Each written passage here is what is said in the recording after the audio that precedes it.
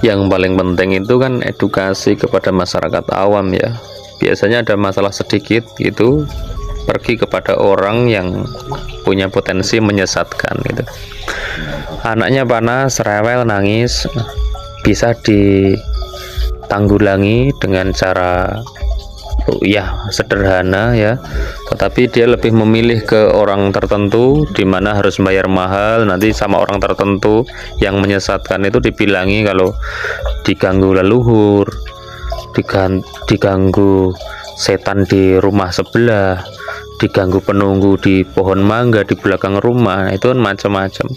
Sehingga yang ya psikologisnya orang yang anaknya nangis itu kan mesti percaya psikologisnya.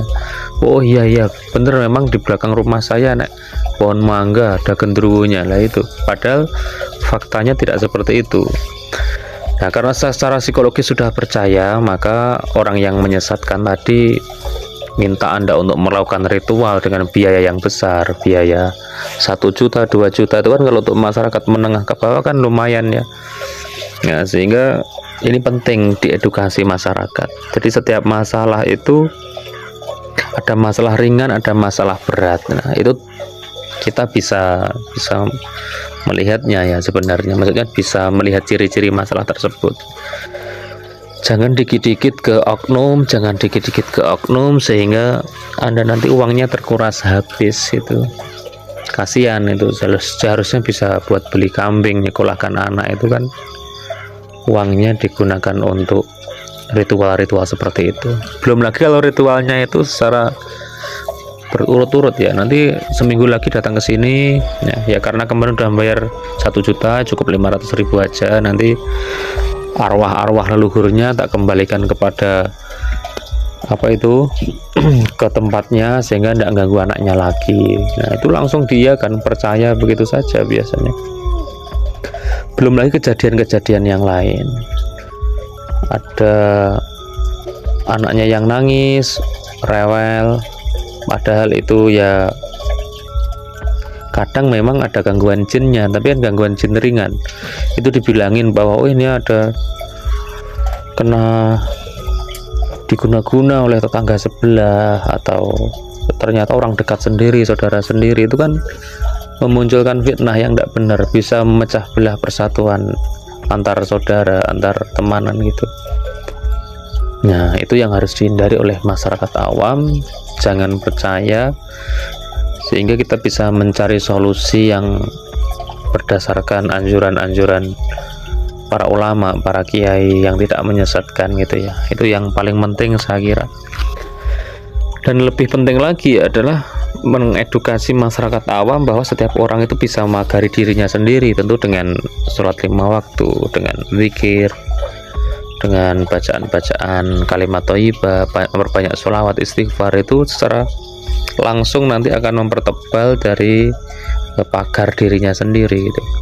Karena berbeda rumah digunakan untuk wirid, digunakan untuk sholat, dengan rumah yang kosongan, tidak ada ayat-ayat Quran, tidak ada sholat yang dilakukan di dalamnya, itu sangat berbeda gitu.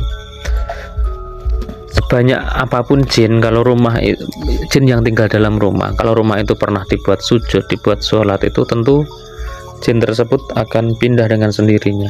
Kita masuk rumah itu mengucapkan salam, itu jin-jinnya yang ada di dalam itu tidak nyaman, akan pergi itu. Itu yang lebih penting untuk edukasi pendidikan kepada masyarakat awam. Saya kira seperti itu ya. Jadi sebenarnya masing-masing dari kita itu berpotensi untuk memagari dirinya sendiri. Mendekatlah kepada Allah Subhanahu wa Ta'ala.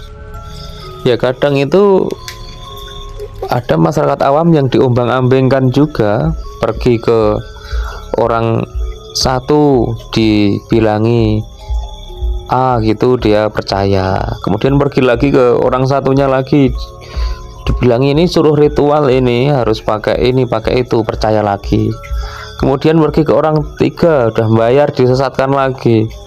Oh ini harus ada ini, misalkan dibuat ritual nyembelih kambing yang kambing kakinya 5, mencarinya harus di hutan. Nah itu kan aneh-aneh, itu kadang percaya juga kan gitu, sehingga dia tidak punya pegangan, terombang-ambing, sudah habis waktu, habis uang, habis biaya, habis tenaga.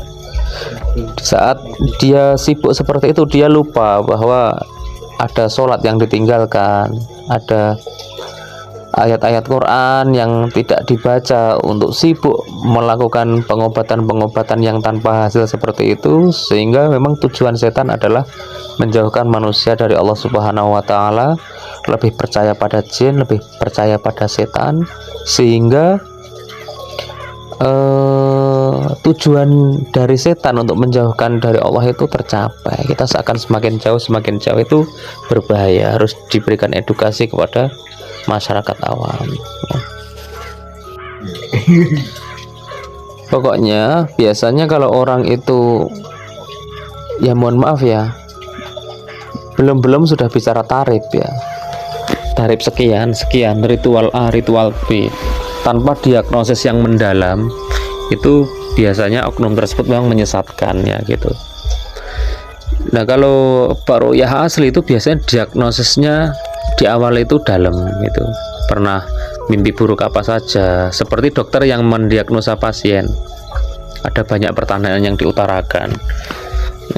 Jadi sebelum, terus yang kedua biasanya dia melihat kemampuan pasien. Kalau memang dari keluarga yang mampu atau tidak, itu biasanya ya tidak ada tarif khusus lah, ya udahlah seikhlasnya monggo gitu kan. Tapi Anda sebagai pasien itu ya jangan, ya kasihan juga kalau ngasihnya seikhlasnya, karena si peruqyah ini kan berisiko.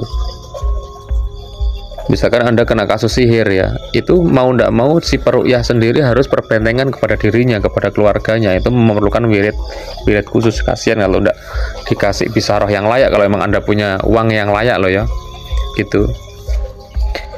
Yang kedua, kalau memang itu orangnya benar, tidak menyesatkan, itu biasanya Anda selalu diingatkan untuk melakukan sholat yang istiqomah, wirid yang istiqomah, dan wiridnya itu adalah wirid yang mutawatir, mutasil, ada silsilah sanadnya kepada ulama.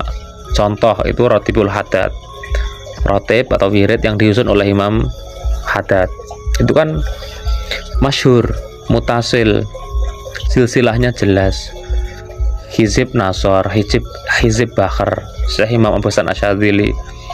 Diminta oleh wirid Sakron, Sayyid Abu Bakar Sakron. Itu kan wirid-wirid yang jelas itulah. Jadi kalau sudah seperti itu biasanya memang benar, tidak menyesatkan kan gitu. Kemudian justru orang yang tidak menyesatkan itu dia menghindari dari fitnah-fitnah. Wah, ini berasal dari tetangga sendiri, wah ini berasal dari orang dekat, berasal dari teman. Itu justru tidak diucapkan, hanya dia meminta, sudahlah kita bersihkan hati, tidak suudzon kepada siapapun, ikhlaskan semua ini karena Allah Subhanahu wa Ta'ala, dan nanti yang mengangkat penyakit juga Allah Subhanahu wa Ta'ala. Jadi 3 ciri ini biasanya muncul. Yang pertama adalah tidak menerapkan tarif tertentu. Yang kedua adalah memberikan wirid-wirid tertentu, di mana wirid itu adalah mutasil, bersanad, masyhur. Dan yang ketiga adalah tidak membuat pasien ini bersuudzon kepada siapapun. Walaupun banyak hal ya, tapi 3 ini biasanya muncul, kriteria ini muncul kepada orang-orang yang tidak menyesatkan kan gitu.